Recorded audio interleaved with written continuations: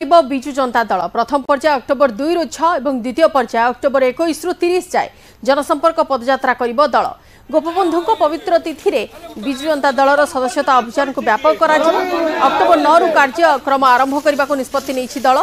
सेपटे सदस्यता अभियान को राज्यर विभिन्न जिला और क्षेत्रीय स्तर में व्यापक करा दल पक्षर नूतन भाव या कमिटी राज्यर समस्त कार्यकर्ता विधायक विधायिका प्रार्थी ब्लॉक कर्मकर्ता निर्वाचन मंडलीर नेता जनसंपर्क पदयात्रा संपर्क में सूचित करा तृणमूल स्तर में कार्यक्रम को व्यापक करने को नेता चिठी लिखिं बीजेडी सभापति नवीन पट्टनायक एने सूचना देते बीजेडी समन्वय कमिटी अध्यक्ष।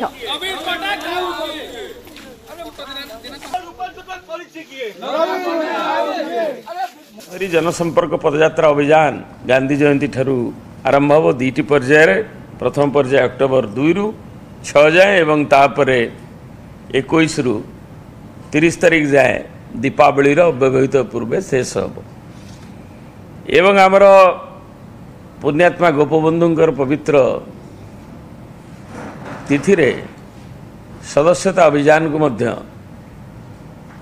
अक्टोबर 9 रे ताकू आरंभ करा जाउछि तांको द्वारा आरंभ करा जिवो एवं राज्यर विभिन्न जिला मानकरे एवं क्षेत्रीय स्तर रे मध्य यह अनुष्ठित हब।